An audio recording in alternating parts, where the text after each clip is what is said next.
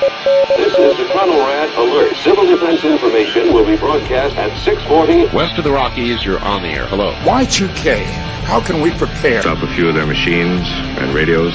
Throw them into darkness for a few hours. We are fighting for our lives. My family must survive. Over 5 years, 1,000 gallons of gas, air filtration, water filtration.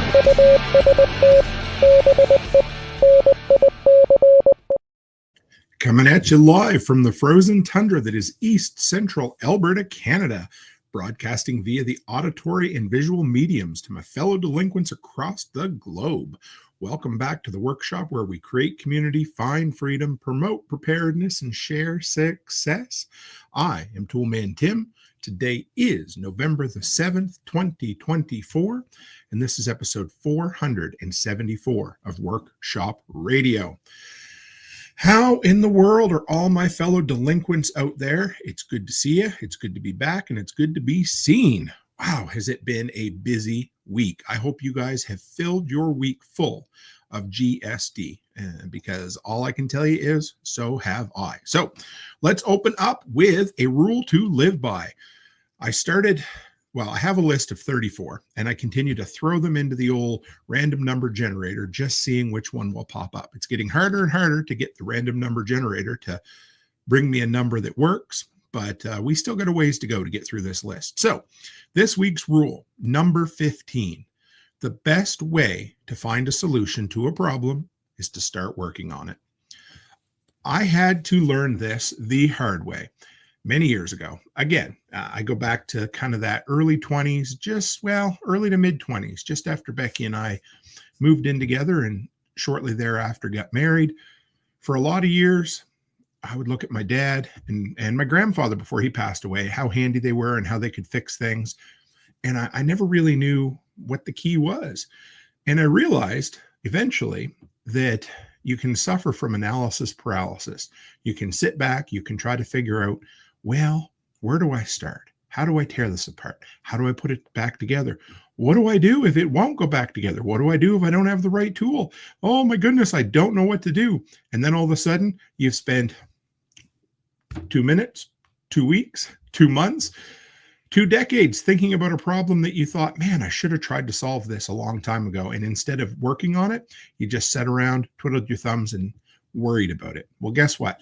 I've discovered in my own way, and maybe this isn't the most ideal way, and maybe if some people have seen what I do, they might think, oh boy, I get why that is that way. But for me, building something, assembling something, siding something, whatever it happens to be, I know I don't know all the answers when I start, but I know I'll know a hell of a lot more answers when I get done. So for me, the easiest way to fix something is to start tearing it apart and see what in the world's going on and come up with a solution as I go. Because there's nothing quite like the desperation of needing to finish a project to help you come up with a solution for that project. So anyhow, it's great to see you folks. Before we go into our first segment of the evening, which is going to be Stranger Than Fiction, I wanted to give you, number one, take a look at the pinned comment tonight if you haven't heard yet. So if you're listening to this on audio, it's not going to affect you at all.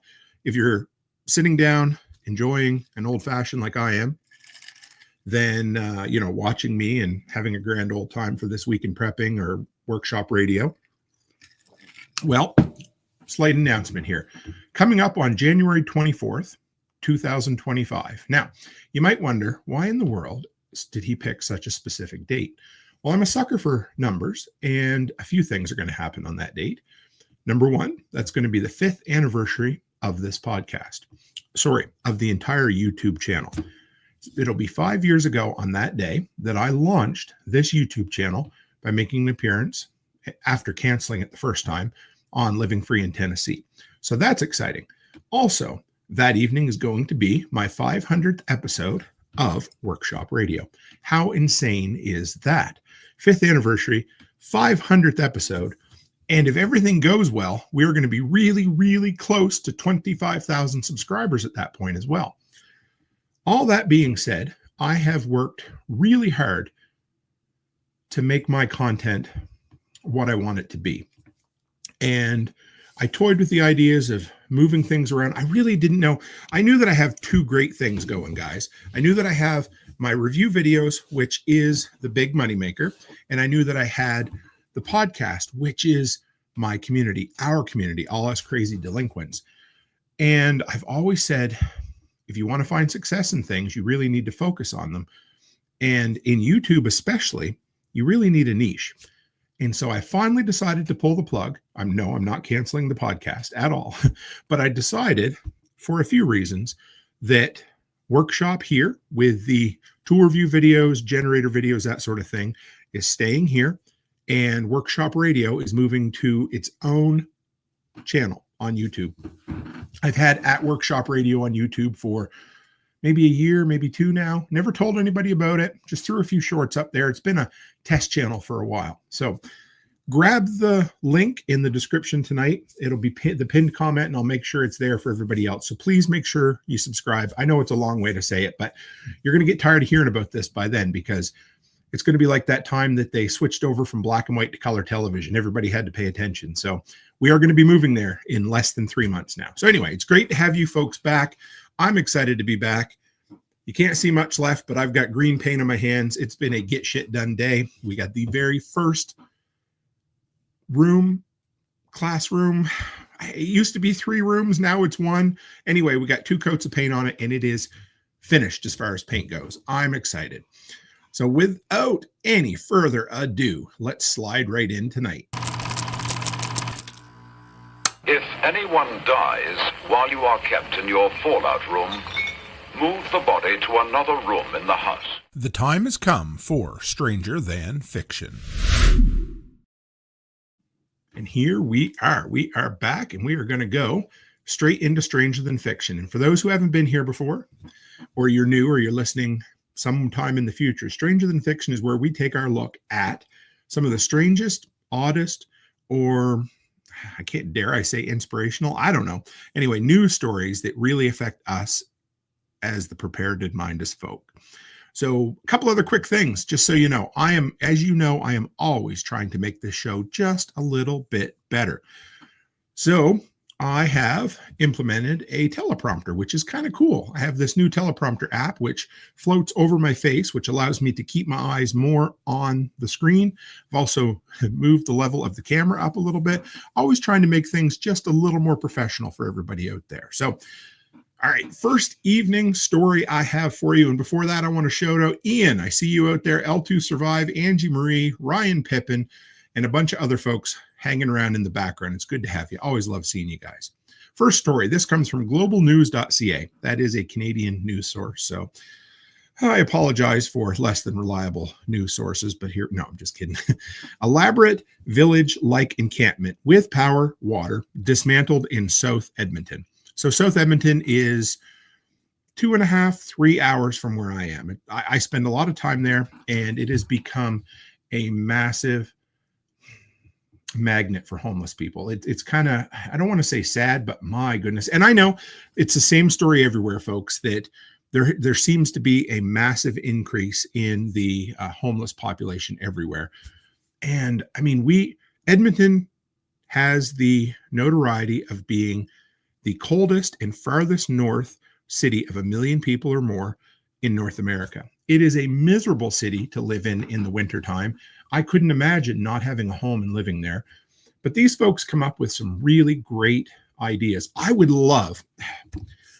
So I don't know what other people think about this. And I would love to sit down with a couple of people who spend a majority of their time on the street and just chat with them. First off, the episode there'd be no ads on that episode.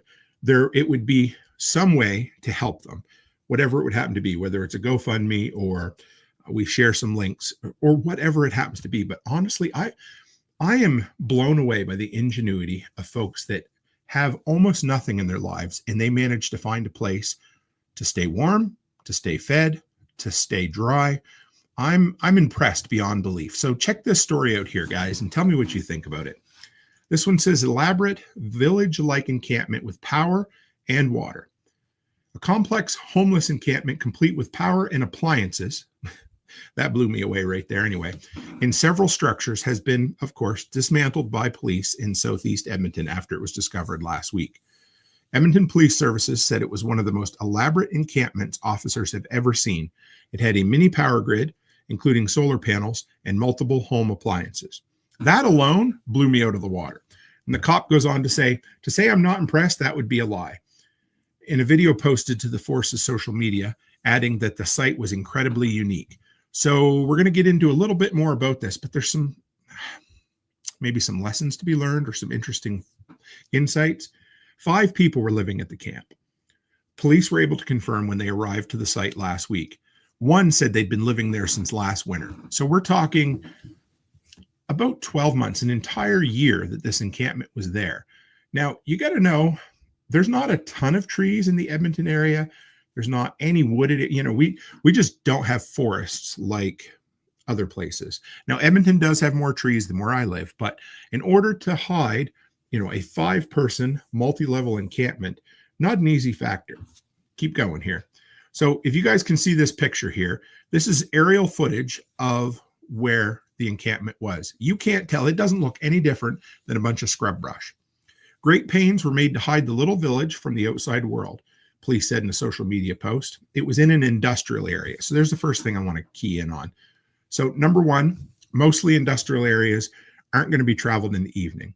Mostly you have people coming and going to work. And as long as, homeless people don't, get up into their business, they're going to leave them alone. It's not like setting up next to a residential area where, a lady or a man or whatever happens to look out their window all the time and they see something and they call the cops. Typically, industrial areas are going to be, a little safer for folk like that. It was almost completely camouflaged. And get this, included 4 multi-level structures surrounded by a fence made of trees and broken branches. I think I would just turn my back and keep going. This reminds me a little bit of the lady that lived in the signage on top of a grocery store.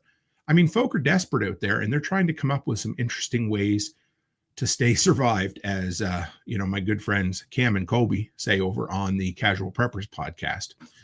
This blows me out of the water. And then, of course, the police always play it off as we're just looking out for their best interest. The fence included a wooden gate, and all the structures inside the compound were covered in tree branches. Power was supplied by 4 separate generators and solar panels. The police said the electricity powered a chop shop for stolen bikes that also contained welding equipment.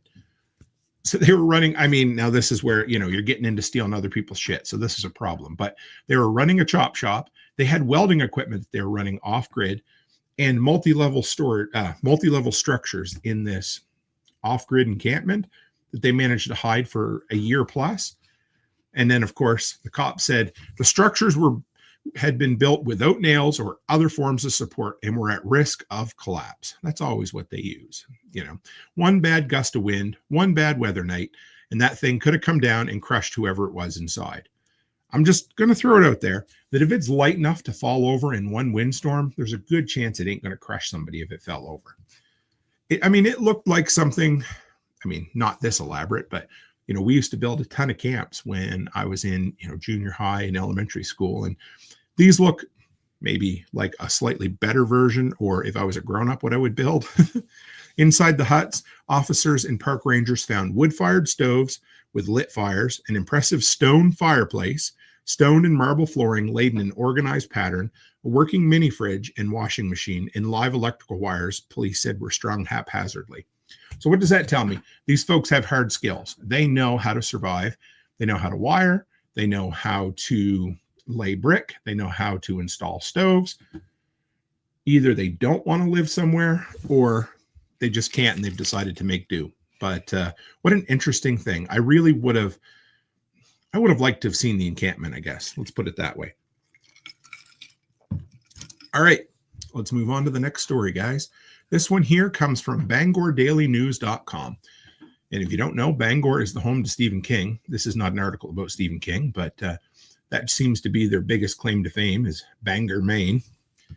So here it is. Bangor Daily News. They went off grid and back to the land in 1977, and they're still there. So that was one of the first back to the land movements. They, in the 60s, they coined the phrase retreater, and then it was back to lander and all of that. But either way, I thought this was an interesting look into one of the few couples that stuck around after the Back to the Land movement in the 1970s and how well they survived. Before we do that, I see Autumn Dawn in here. Great to have you. And Martinson family, also great to have you. Here we are. What a neat looking couple. He has a Santa Claus looking beard and she looks as happy as can be. When Linda and Cal Winner picked up their hand tools in 1977 to build a small house in the Maine hillside, the former academics didn't know what they were in for. And this story starts like a lot of other ones. You know, they were disenfranchised with the system. They were tired of being professors wherever they happened to be. They were worried about the world, and they decided, let's step away. They'd left their university careers and bought 75 acres to make a self-sufficient home without the reliance on foreign oil, supply chains, or the corporate world. And I'd have to say, they look like they were pretty successful. So this is, you know, for any of us or any of those out there who are thinking, I'd love to step out and live in the woods, live off grid, be a homesteader, which is great. I have no problem with that. But this is kind of the end game. This is where, you know, we're talking almost 50 years ago or almost 50 years later, and they are still at it. I love it. Bobby Spags Unfiltered. What's up? He says, good to see you, brother. And I knew you meant Tim. He put Yim up there, but it's fine.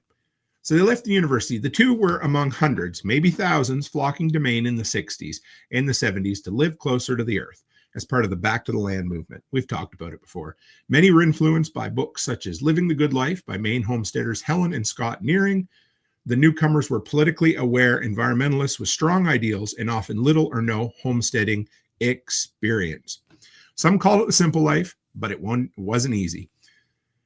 Tatlebum, oh my goodness, these names are great. Tatlebum and Wiener were among the pioneers of Maine's modern homesteading movement. And unlike most of their peers, that's the big one, unlike most of their peers, they still live in their original home.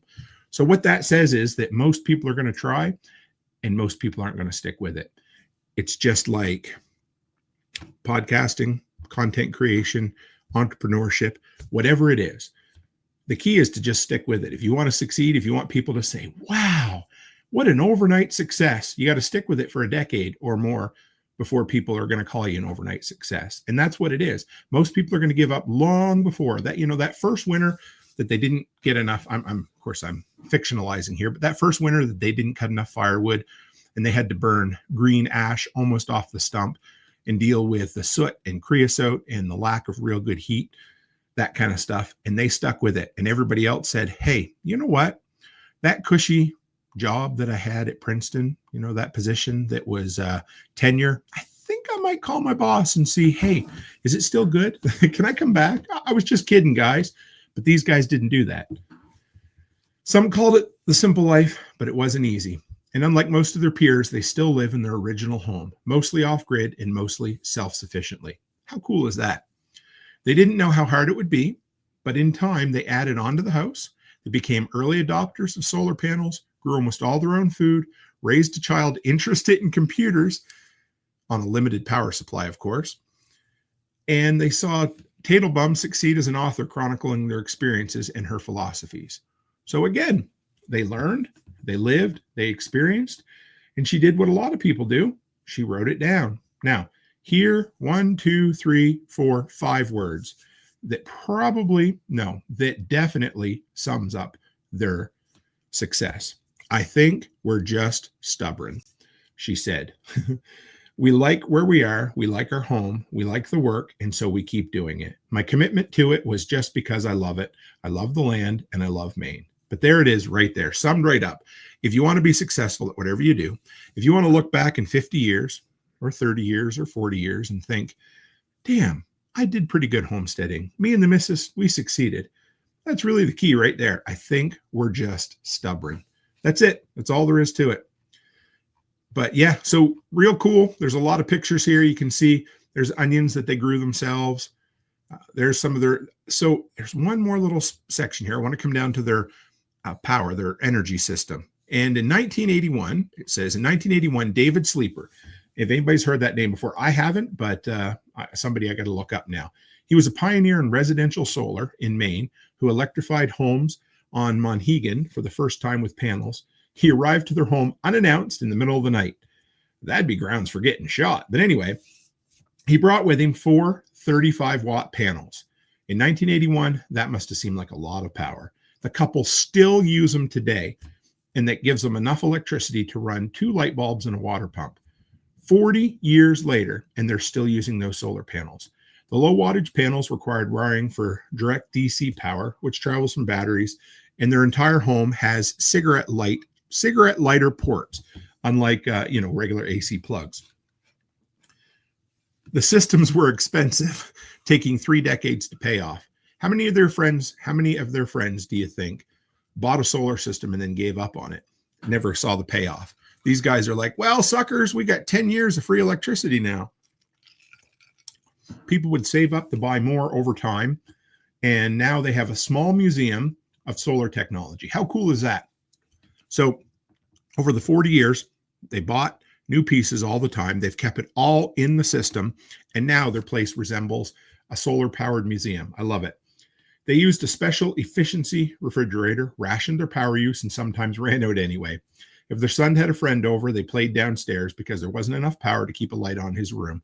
When he got into computers, they tried to find ways to run one on a battery. Again, they were solutions-oriented.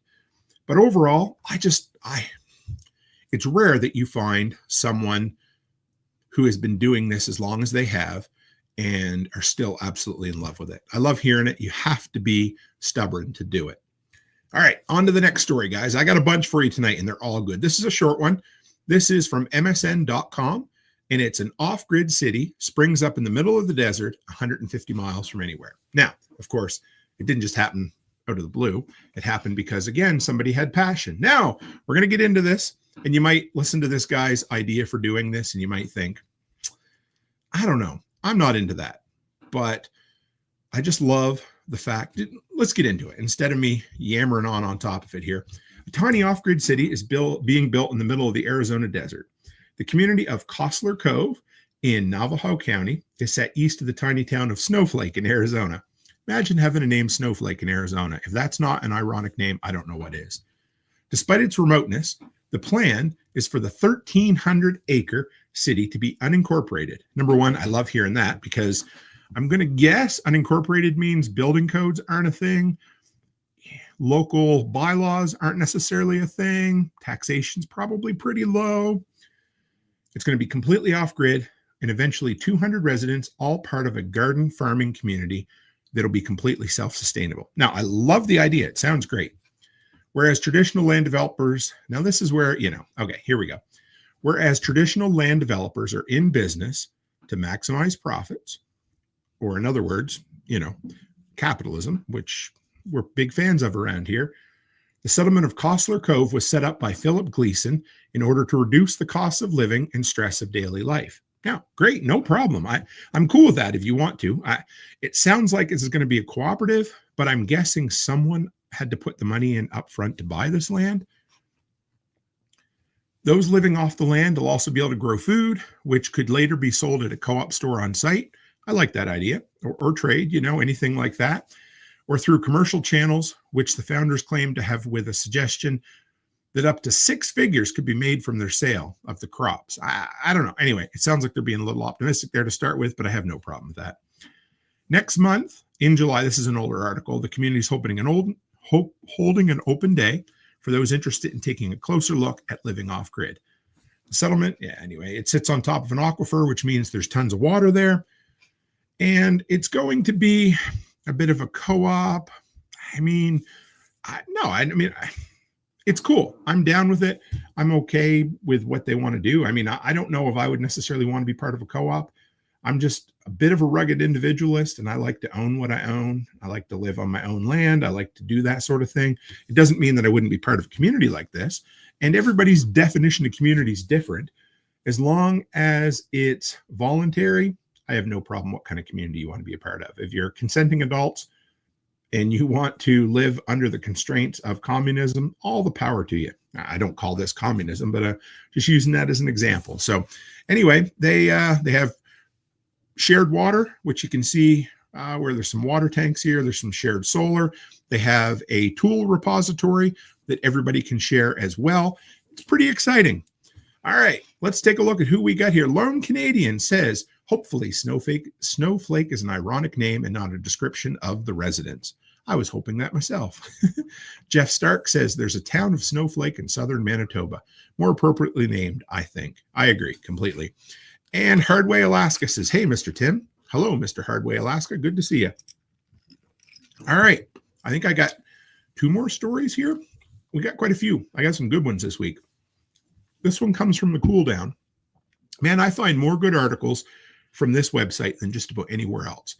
Now, this one's a little bit on the Nighthawk. Look at who's in here. Guys, we got to shoot out. He says, community equals imaginary internet friends. Ain't that the truth? Somebody's heard me say that once or twice. And speaking of community, a brother from another mother. Anyway, no, he is definitely community, who is an imaginary internet friend from a long ways away, but not as far away as it used to be, at least whenever I'm at our property in Tennessee. Here we go. TheCoolDown.com. This one is off-gridders share the first thing you need to know before cutting the cord. And it's not easy. Oh, and I didn't hang on, guys. We got a show to local prepper too. Good to see you in here. Love my internet community, he says. Absolutely. All right. Do not go off grid. Are you ready for this? If your domestic partner is not 100% on board, I would say that would be a recipe for divorce. Definitely a recipe for divorce. So this is one of those articles where they sum up a Reddit post. So I don't have to go deep into it, but I wanted to share some people's thoughts of what they said. But the internet never hesitates to give a reality check to those in need. A Redditor recently discovered that after soft pitching the idea of going off grid, in a post in Off Grid, they said, when would you advise a friend not to go off grid? The Redditor, who seemingly contrite about their own experiences, they admitted that nobody considers me an expert at squat. You don't need to be an expert. You just need to know that you know stuff, you know? That's the idea. You don't have to master anything. I mean, it's nice to master something, but it's good to just know some shit and be willing to learn some shit. Simple as that. So they posted, they said, when would you tell somebody not to join, not to go off grid? Here's one here. Number one, the one we talked about. Do not go off grid if your domestic partner is not 100% on board. Again, that would totally be a recipe for divorce. Here's another one. Build up to it, or you will just create a horrible living situation for yourself. Anybody ever heard of chicken math? My wife and I, we did chickens a couple different times, and chicken math happened all the time.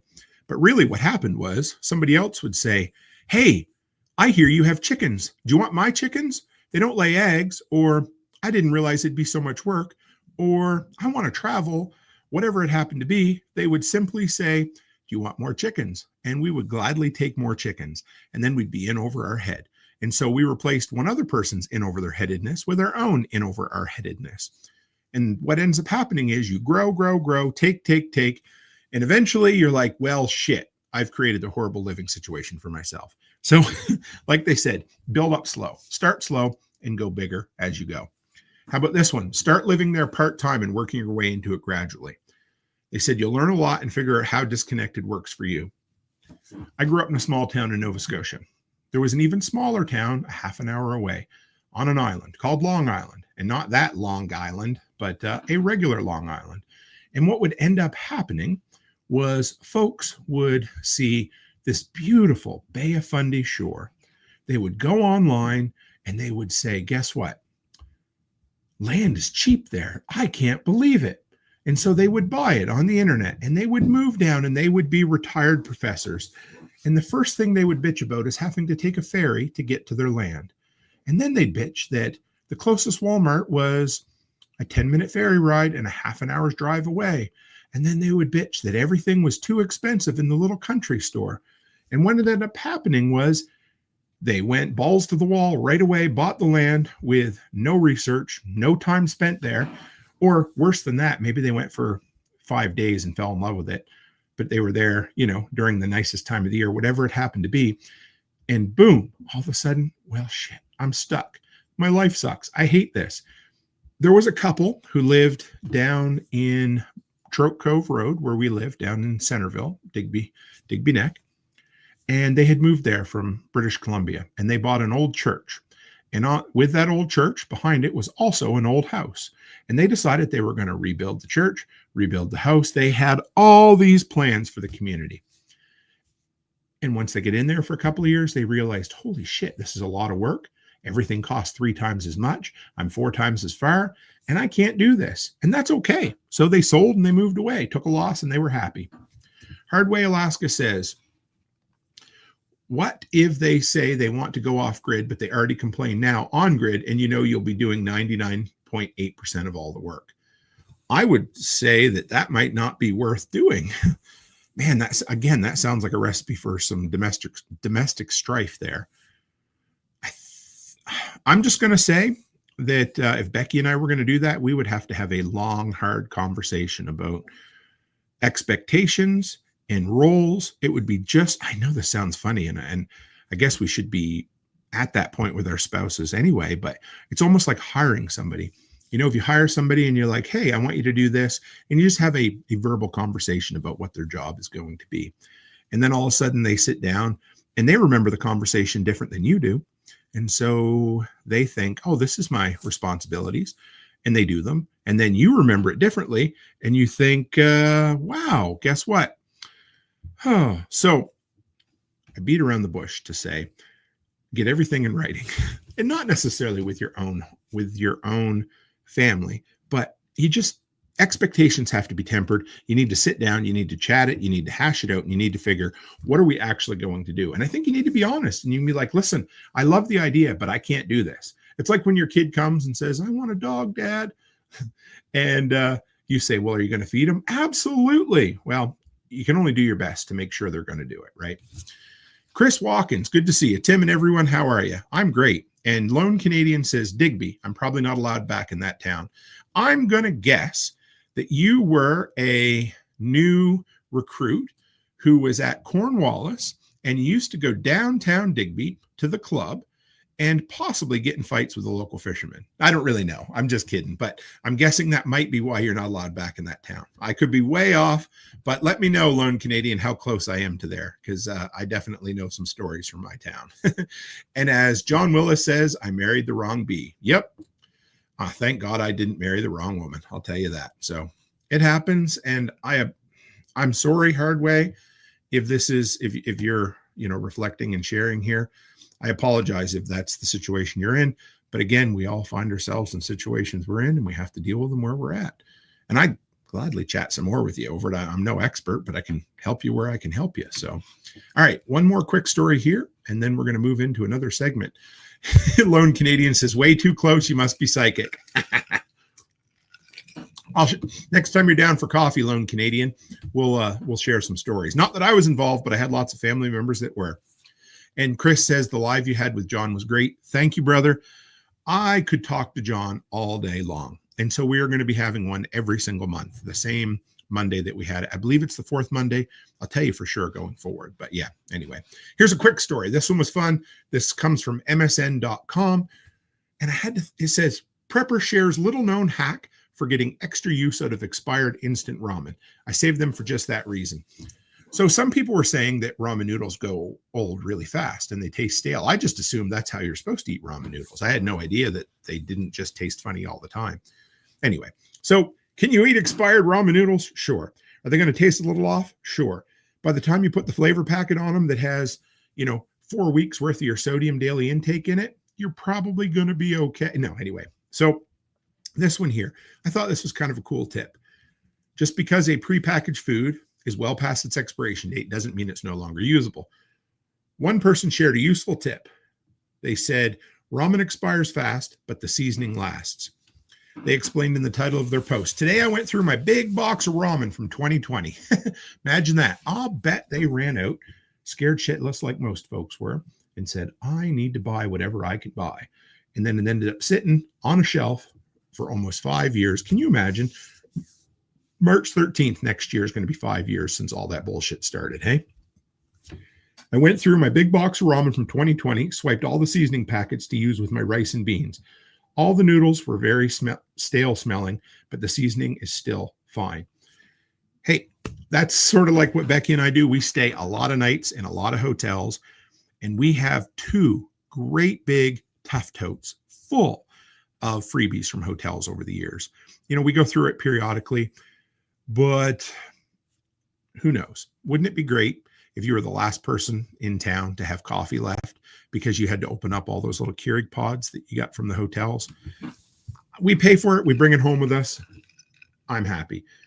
We get takeout. You go to Chinese food and you get all those little packets of soy sauce. They go into a package. You get forks and knives and straws and napkins. Everything we can save goes into packages, and we save it for later. We may never need it, but it is worst case scenario, and it's there. Simple as that. Save your packages out of ramen and use them for seasoning your rice and beans. And when you get tired of rice and beans, shake things up a little and have beans and rice instead. Ian says, my grandmother kept totes full of hotel soap, shampoos, and conditioners for decades. That shit don't go bad. There might be a day when Becky and I are long gone and the kids have to clean the house out, and they'll be like, those crazy kids, not kids really, but they'll want to say, why did they keep so much? But you know what? There also could be a day like when COVID happened that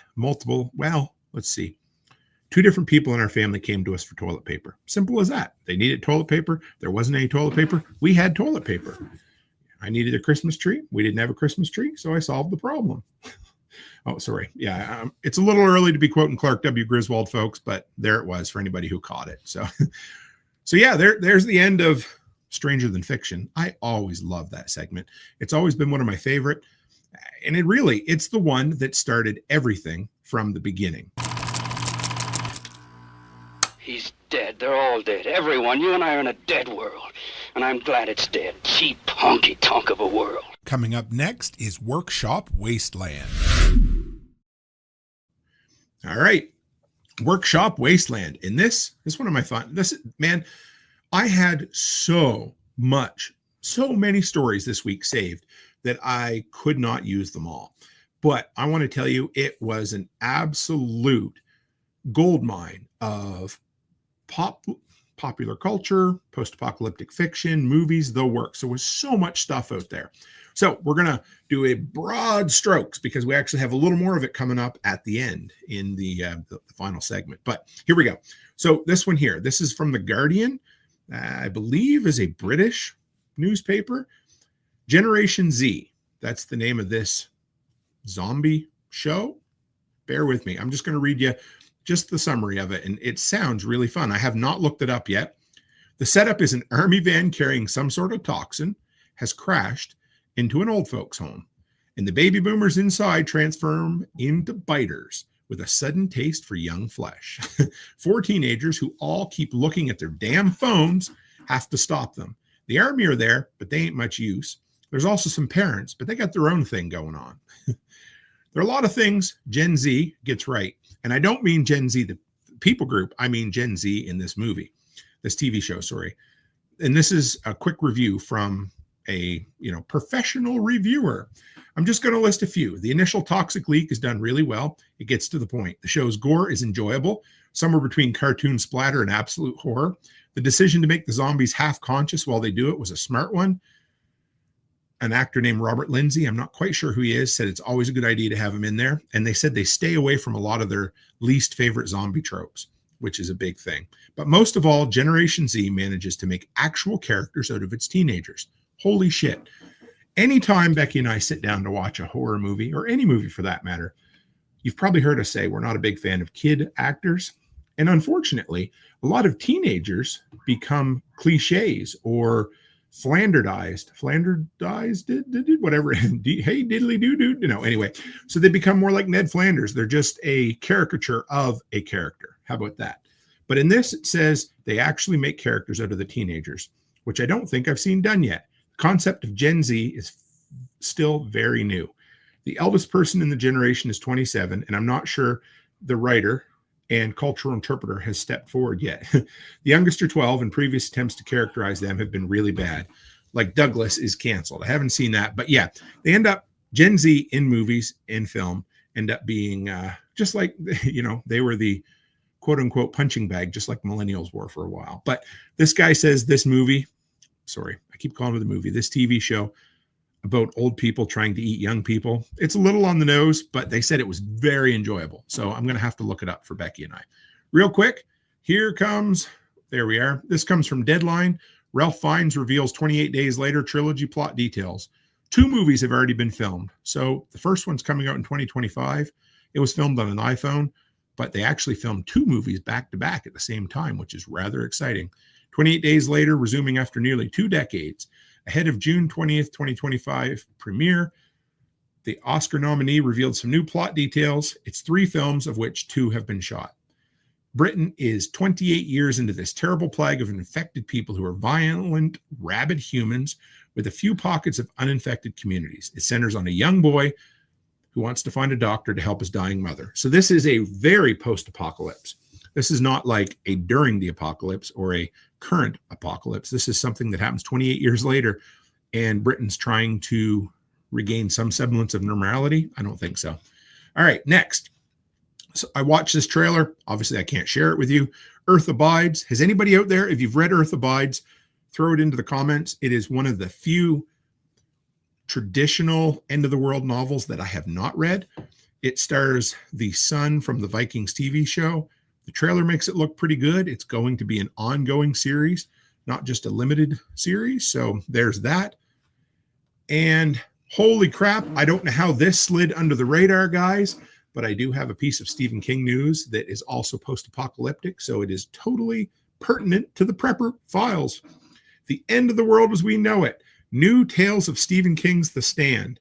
You heard that right. Not written by Stephen King, but fully embraced and endorsed by the master of horror himself. Now, for the first time, Stephen King is fully authorized to return to the harrowing world of The Stand through the original short story anthology as presented by award-winning authors Christopher Golden and Brian Keene, bringing together some of today's greatest and visionary writers. Features terrifying and painfully human tales that will resonate with readers. Okay, so basically what is going to happen is Stephen King has given his blessing and carte blanche for these new authors to go in and write stories that take place in the world of The Stand. To say I'm cautiously optimistic would be an understatement. I'm absolutely excited. There are, I don't even know how many. I couldn't read them all to you, but about 30 names of authors who are going to write stories in this. Let's just say I'm excited. We'll go with that. So I believe that is one more. See, I told you there's so much this week in post-apocalyptic pop culture news. Post-apocalyptic film Year 10 trailer. It's just called Year 10, and it takes place 10 years after the collapse.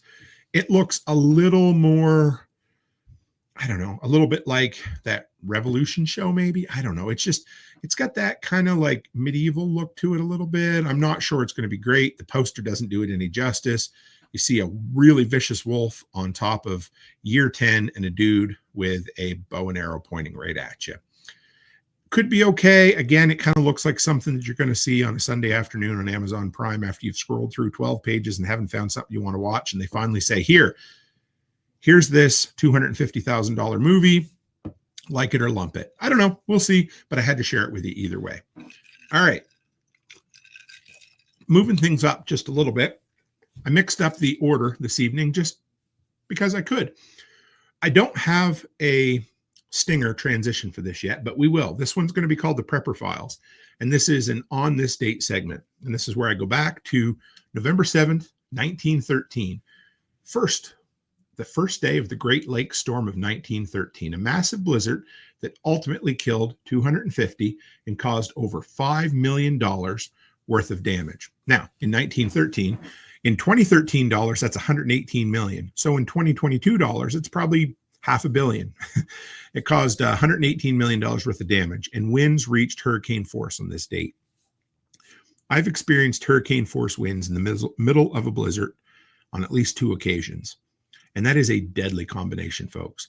And I cannot imagine what it was like for those people living over a century ago to have to deal with, a winter hurricane. Enough said. Anyway, How about this one here? 1957. Cold War, the Gaither Report calls for more American missiles in fallout shelters. An AI overview, because that's what I like to do with this stuff. It was called Deterrence and Survival in the Nuclear Age. and it was a report released in 1957. Now, I kind of dug into this a little bit, and even when I ever go back and keep working on the history of prepping, then I may end up including some of this, but it was kind of neat. The report talked about the Soviets. They thought they'd have a dozen operational ballistic missiles within a year. It turned out that it wasn't true, at least at the time. The report presented two alarming scenarios for the U.S. the Soviet strike that destroyed the federal government and the nation's economy, and a Soviet destruction of all bases. Eisenhower thought, after being presented with the scenarios, Eisenhower concluded that there could be no winners in a general war. That sounds like war games, doesn't it? And that thermal nuclear weaponry could only be used to deter. So an open, active war involving nuclear weapons would never pan out. The report proposed, and this was the interesting part, the report proposed that fallout shelters be built not just for military personnel or government officials, but for civilians as well. The idea was that the U.S. government could facilitate and encourage the construction of shelters. Anyway, this was where the modern idea of everybody having their own backyard shelter. Before that, it was designed or thought that only the government would need shelters. And then they're like, hey, why don't we encourage the public to do the same thing? And so that's what they did. And this is where that started from. In 1957, that report stated, hey, everybody, get busy building shelters. Now, finally, this was the one I wanted to share with you. And this was a good one. It was kind of cool, but I did not realize this.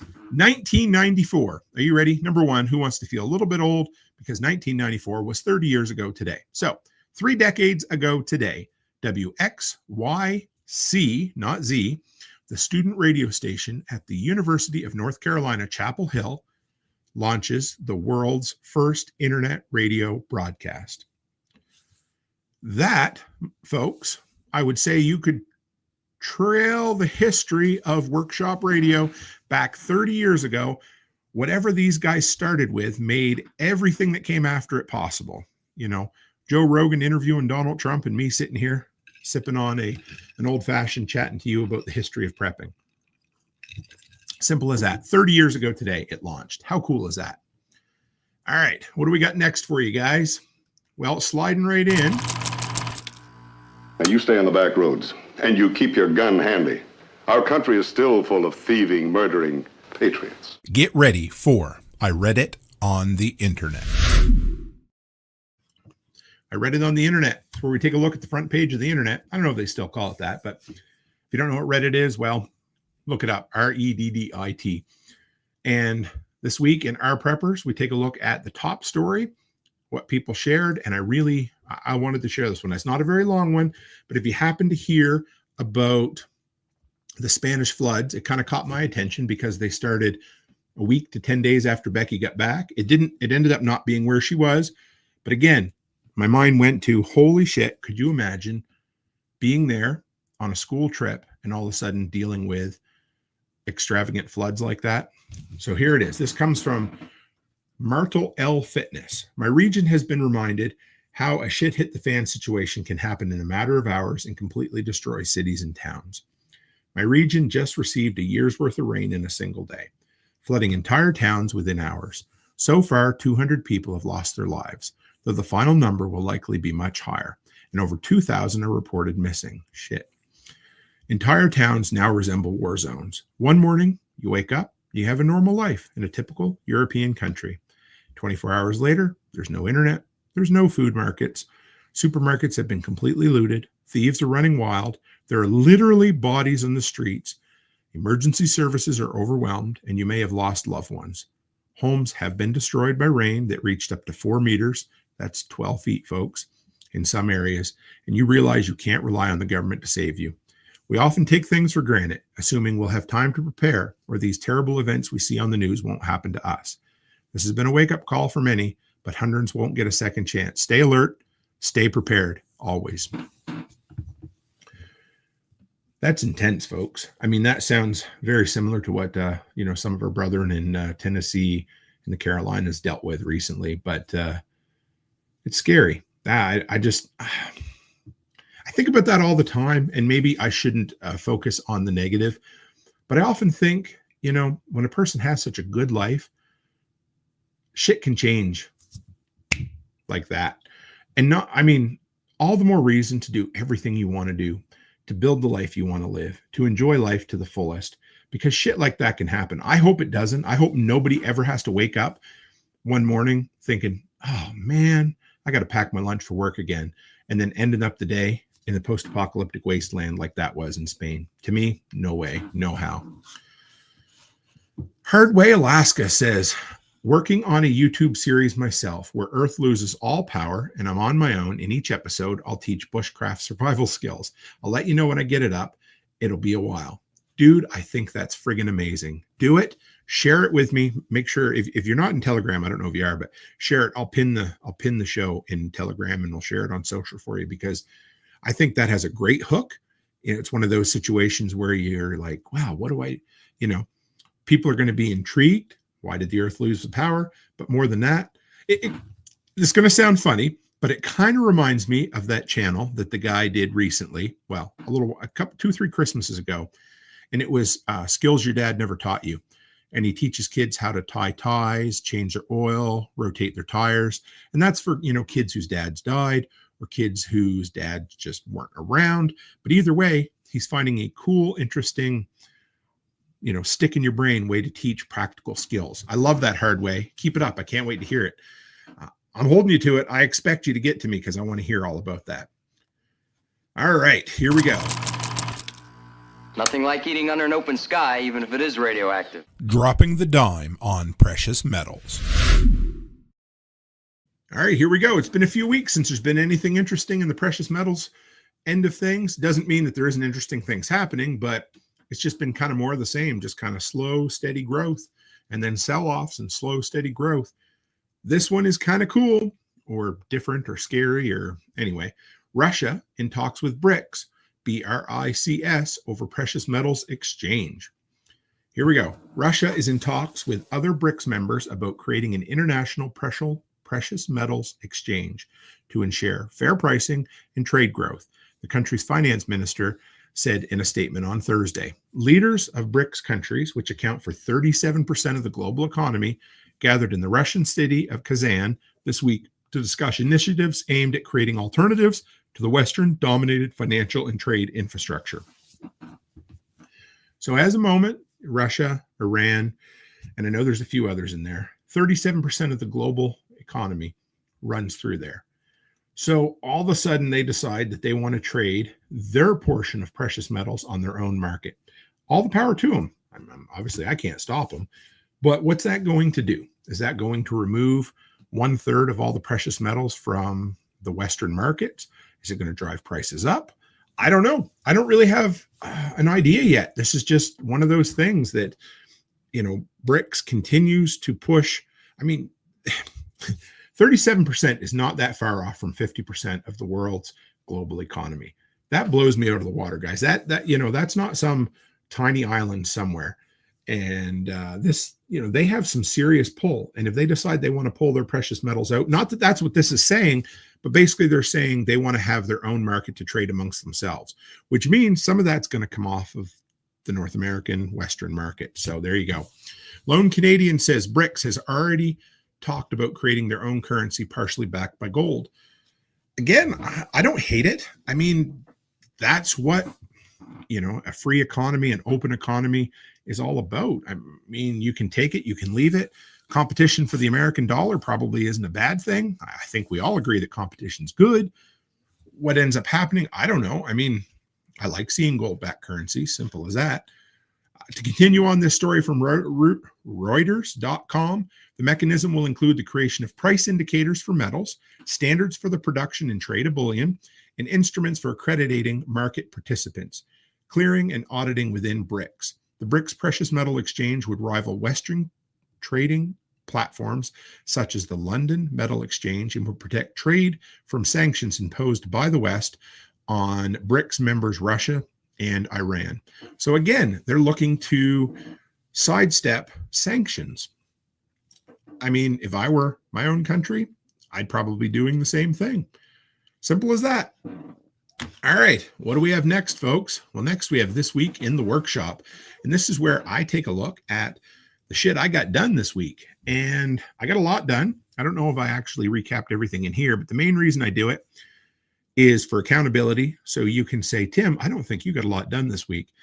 Or just as important, hopefully inspiration. You can be like, hey, if that old bastard up in Canada can do that, I can probably do it too. Hey, either way, I got the latest battle box. I have 2 videos recorded of the last 2 battle boxes. They're going to end up on Patreon at the moment. It just seems to be the only place that I can put them, that it suits the content that I'm creating. You know, there may be some videos that go on the podcast channel eventually, but I'm trying to keep those very specific. So there may end up being a need for a 3rd channel someday. But either way, battle boxes was pretty good. I announced earlier this week, like I said, I'm going to beat this like a dead horse. You know what they say, you keep beating a dead horse, all you get is a bigger mess. But in the past, I have realized that when I announce things, I will announce, and folks will still come and say, holy shit, I didn't know that you were doing that. So I'm going to continue to announce it. But the podcast is splitting from this channel.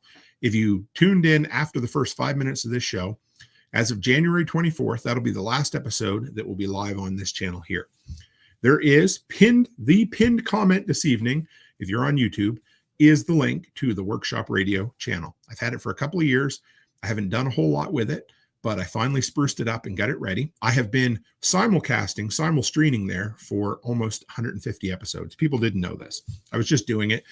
I kept holding myself back, and I'm a big fan of when you're ready to do it, pull the Band-Aid off, but I didn't do it this time. So anyway, it's going to be there.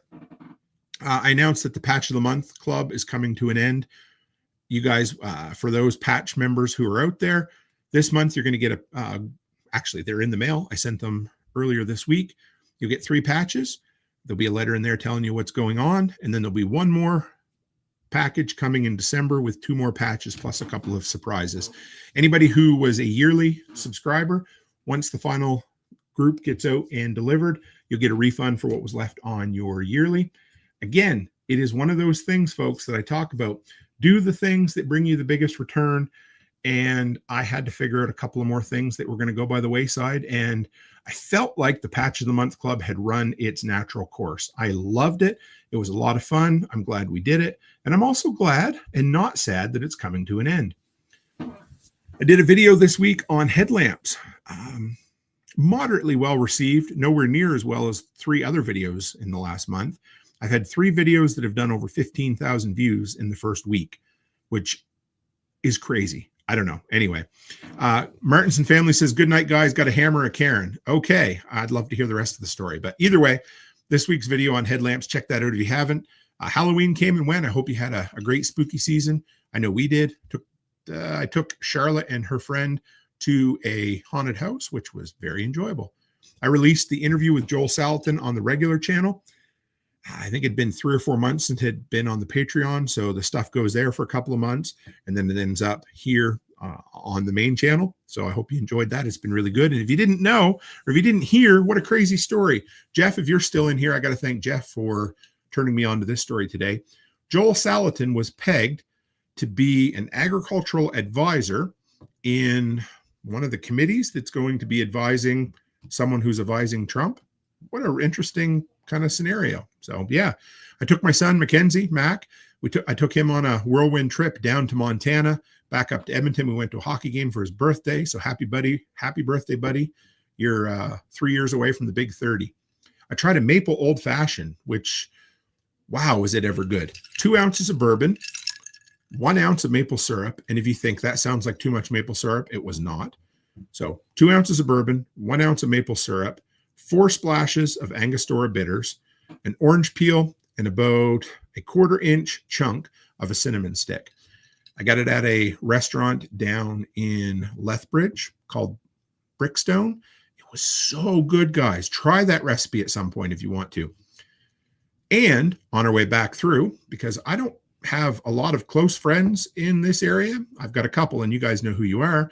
But I was on my way coming through a certain town in southern Alberta, and I met up with Mr. Dixon. Chris Dixon's not in here tonight, but it was great. Guys, if you ever think I need to take a chance and meet somebody that I've talked to on the internet like this, do it. Chris Dixon took that chance 2 or 3 years ago. And guys, we are so close now. I love it. I messaged him. I said, hey, I'm 90 minutes out of your town. do you want to get together for coffee? And without one hesitation, he messaged back, yep. And he met me at Tim Hortons, and we sat there for half an hour, had lunch, and just chatted about everything. So it was good to see him.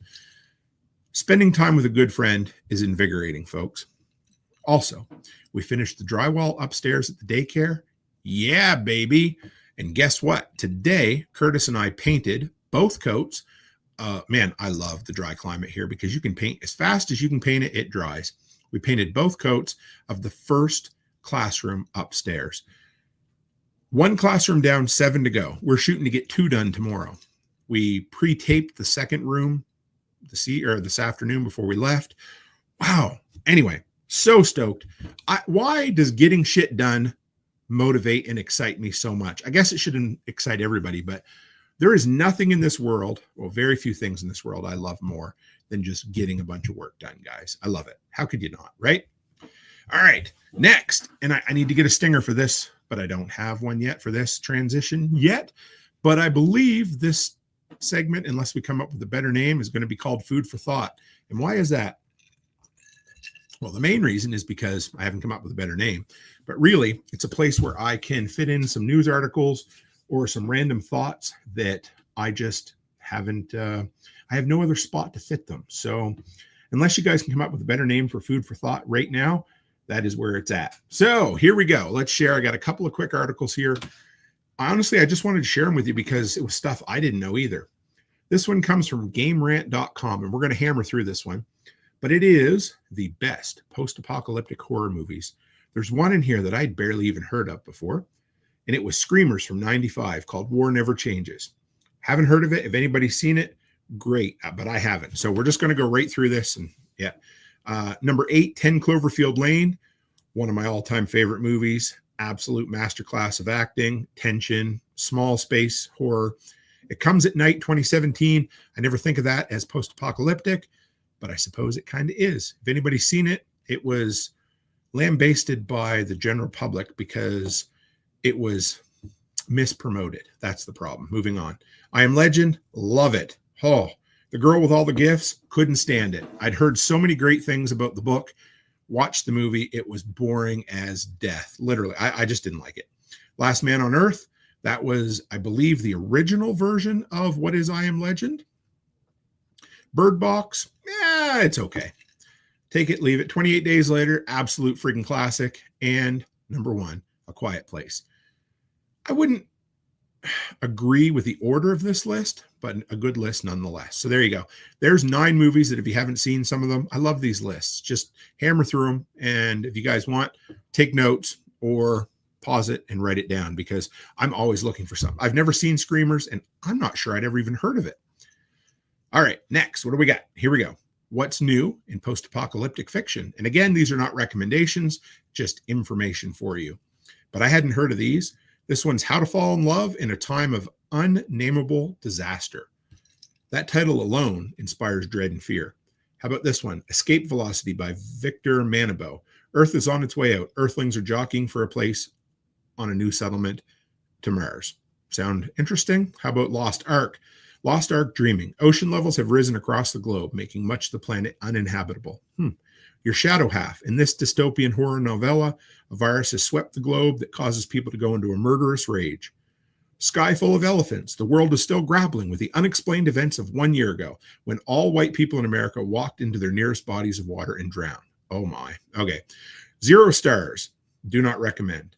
Nope, that's not. That wasn't my recommendation for the book that came before. That's an actual title of a book. Dan and his girlfriend, Mara, are kicking back for a relaxing vacation at an island resort when, so annoyingly, the sun explodes. The resort descends into chaos with guests turning against each other and CEO of a yoga pyramid scheme trying to take charge. Actually, that sounds kind of cool. I might have to check that one out. How about this one? She Who Knows. A brilliant writer of African futurist worlds that combine elements of dystopia, sci-fi, fantasy, and West African mythology. Okay, The Last Gifts of the Universe, space opera novella. You won't just see what happens after the apocalypse on Earth. You'll see what happens to an entire universe gone extinct. And finally, Private Rights. Do yourself a favor, do your future self a favor, and pre-order this apocalyptic literary novel from the author of Our Wives Under the Sea. futuristic retelling of Shakespeare's King Lear. There you go. Simple as that. I don't know. Interesting. At least one of those caught my attention. I would say let's see right here. Sky full of elephants. The world is still grappling with 0 stars. Do not recommend. I kind of recommend that. I love that. What an elevator pitch for a book. So that's the one I'm going to check out off this list. There you go. Simple as that. Lone Canadian says Screamers is great, but more sci-fi than post-apocalyptic. Maybe that's why it's never really made any of my lists, because it wasn't on other lists that I'd seen. All right, what do we got next? Here we go. It's the apocalypse, end of days, the judgment day, the end of the world, my friend. Let's dig into the community mailbag. Without saying, the community mailbag will, you should be able to figure out what that is. But really, it's where I take community feedback. And mostly it's the absolute best of YouTube for the week. I have a virtual treasure trove of comment material that comes in on a weekly basis now. This one here was pretty cool. This comes from Simon Too Simple 67. What a great name. He said, in my semi-truck, it would beat the heck out of a 12-volt truck and recharge batteries on my little 400 inverter. I'm going to fill you in on that. This was a comment replied to my DeWalt battery coffee maker. Now, I talked about it being good for off-grid, working in a garage. What I had never once thought about was how great it would be for truck drivers and van campers and that sort of thing. So the next time I do a video on this product, I'm definitely going to include that. But I wanted to share that. And I'd never really thought about, I've seen people use DeWalt batteries to power little trolling motors on fishing boats, to light sheds and camps. But I never thought about how great they would be for semi-truck drivers. I'm always looking at the cool stuff at Love's Truck Stop, but in this instance, I think it'd be great. All right, Super Salty Dog 77. What a great name. Says, all right, this was a response to last week's podcast. So it says, during the whole time, wait, hang on, sorry. Let me go ahead a little bit. I'm going to skip that because I didn't particularly care for that part of the comment. Decades ago, when Fidel seized power from Batista, he relied heavily on the USSR. This is talking about the collapse of the Cuban electrical grid that we talked about last week. The communist doctrine became very friendly with Khrushchev. The Soviets had plenty of oil, just as they do today, and traded with Cuba using oil as currency. Cuba built the island's power infrastructure around this nearly free oil. All of their power generation relied on oil. Fast forward to today. USSR doesn't exist anymore. Russia funds their economy using expensive oil, which Cuba can no longer afford. Cuba does not have the revenue to modernize their power generation. And as long as Cuba clings to their ideology that the U.S. is their enemy, that communism's the best, they will not have resources to modernize. Russia is in no position to help, as they are using most of the revenue to fund their war with Ukraine. Little hope for Cuba until they drop their revolutionary hatred for capitalism in the U.S. I think that communism rewards loyalty, not productivity. I think that communism rewards loyalty, not productivity. That sounds very similar to some unions I've known. But either way, I'm just saying, I don't disagree with this at all. It was nice to get a little more background on the Cuban energy crisis. And they're not wrong. You know, I know there's lovers of communism out there. I don't see how you ever could be, but there you go. Here we go. This one comes from Pappy Man 179. I don't know if this is old man Pappy or not, but either way, Pappy Cannoli. A jerry can is a very, okay. All right. I'm going to read this with intonation in my voice for each time something is capitalized or quoted. A jerry can is a very specific metal container, and you have none of them. Stop using Kleenex for cheap imitation snot rags. Stop using jerry can as if it means crappy plastic fuel container. Whew, I stepped on somebody's toes there, folks. You know what I love about the English language and language in general? It's relative. It's flexible. Things don't mean what they used to mean, and we have to continuously change definitions. And that's not on purpose. That's just the very nature of language. That's why you can look and see how much different British English is than, English over here. I don't know how, but here's the deal. I have called a jerry can since I was 5 years old. Everybody I know calls plastic gas cans jerry cans. Now, did they originally just mean the metal container? Yeah, they did. Do they now mean the overall broad stroke gas container? Yeah, they do. I don't know. I don't always get so worked up over things like that, but Pappy Man definitely was gerrymandering. No, I'm just kidding. Sorry. What a bad. Anyway, there you go. Vance Joakim 8537 says, not clear if you can siphon fuel from a car tank into a gas can when you need fuel for something. Is the tube long enough? So they're asking about that little battery powered gas fuel transfer pump. No, that is not. But what showed up today, I think it's called a gas guzzler or something like that. I finally ordered one, and the design behind it is to allow you to get behind. There's a floating ball valve. I guess ball valve isn't the right term, but it's a floating ball that acts as a check valve, so that if your vehicle ever flips over in an accident, the ball drops into the gas cap and doesn't allow fuel to get out. And an added bonus to that is it makes it very difficult for crackheads to siphon your gas and then sell it for pennies on the dollar. The bad side to that is in a grid down situation, or just in a practical, I need to get gas out of a fuel tank situation, it makes it really almost impossible to siphon gas out of modern vehicles. So I found this kit that takes kind of a rigid 1/4-inch tube, and you turn it, and it's almost like the process of it reminds me of when you used to be able to get those things down in the windows and pop locks. Anyway, you go down, you turn it, it bypasses that floating ball, and then you put a rubber hose of about an 1/8-inch diameter down in it. Is it ideal? No, but it allows you to bypass that valve without doing any damage to your vehicle, and it runs off 12-volt power. I'm pretty excited about testing it out. Can't wait to. It's going to make for a hell of a good video. Now, L2 Survive, I have a comment from you. If you're still in here, I appreciate this one quite a bit. Now, when I'm making review videos, I quite often will make offhand comments, and I'll be like, I don't really mean that, but it's funny enough, and it might cause a little bit of controversy. So I'm going to leave it in there. So last week I did a video, and in the end, I had a few extra items from Costco that I told folks that I would show them. And one of them was this really cool rechargeable hand warmer from Zippo. I got from Costco. It was originally recommended to me from Ryan Buford, Prepper Dad. And hey, there he is. Good. So here's his comment. And I appreciate this because actually it made me rethink what I'd said. So he said, I use the neck lanyard for years. It keeps the hand warmer at chest level. When you put your jacket on over it, your jacket keeps all the heat inside. That is so friggin' perfect. So I made a throwaway comment in my video that basically said, I'm going to throw away that neck lanyard because I get flashlights all the time that come with wrist lanyards. I never use them. I tend to take belt clips off of knives. I'm just one of those guys that doesn't use things like that. Well, I'm definitely going to try this out, and I appreciate it. I didn't throw out the neck lanyard for what it's worth, but I love the idea. Again, I talk about this all the time, and sometimes you can't see the forest for the trees, but I talk about if you need to keep yourself warm in a really bad situation and you can't heat your entire apartment, heat a room, heat a tent, heat yourself, keep yourself warm. And what a great example of doing this exact thing. Putting that hand warmer around your neck, inside your layers of clothes, and allow your layers of clothes to work as an insulator.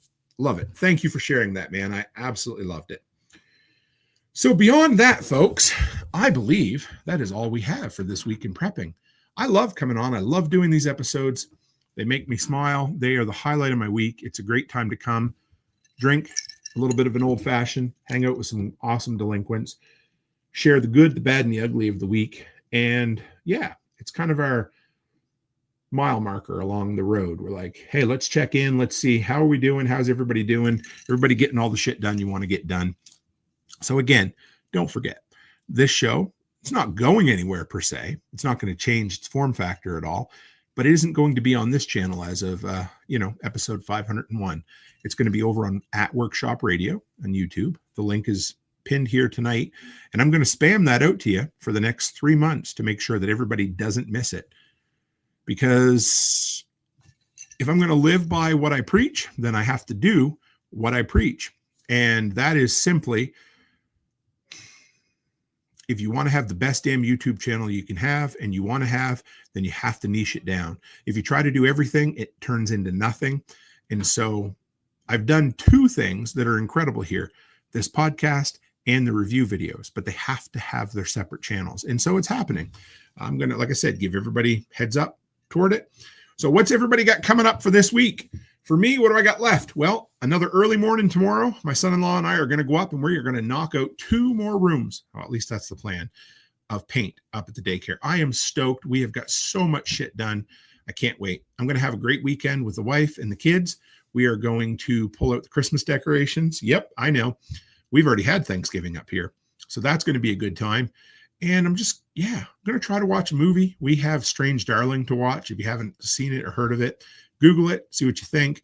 But it's got Kyle Gallner in it, who is a guy that I've really appreciated his work as of late, and it comes highly recommended from folks I respect. So let's see. Other than that, I'm just going to keep getting shit done. I'm going to keep putting out the absolute best content I can for you guys. If you have suggestions, here's the other thing I want to let you know. Chris Dixon, my good buddy, he knows that I thrive on quality, and I want this show every single week. I listen to, almost every week, I listen to my audio podcast and I say, how can I make this better? I looked at the show last week and I said, how can I make it better? So I incorporated a teleprompter, which I already use for my review videos. I said, you know what? I don't like the level of the camera. So I moved that around. So that is a little bit better. Chris messages me and he goes, did you know that at the very end of the show, your outro cuts the last few seconds of your show off? And I said, I did not know that. The only way for me to know some of these things, if there's something out there that you think could be better on this show, dude, I'm almost 500 episodes in. And if I can't learn from other folks, I got a problem. So if there's something you think, hey, this could be improved, let me know. I'll do it for you if I think it's worth it. So there you go. I still haven't maybe figured out whether it cuts off the end or not, but StreamYard's added this new feature that auto intros and outros for me. So that helps a lot. So with that, folks, it's great to see you. If you're not part of the Telegram group, grab the link from tonight and come and join us, because that's where all the cool kids hang out. And as always, stay happy, stay healthy, and have a great week.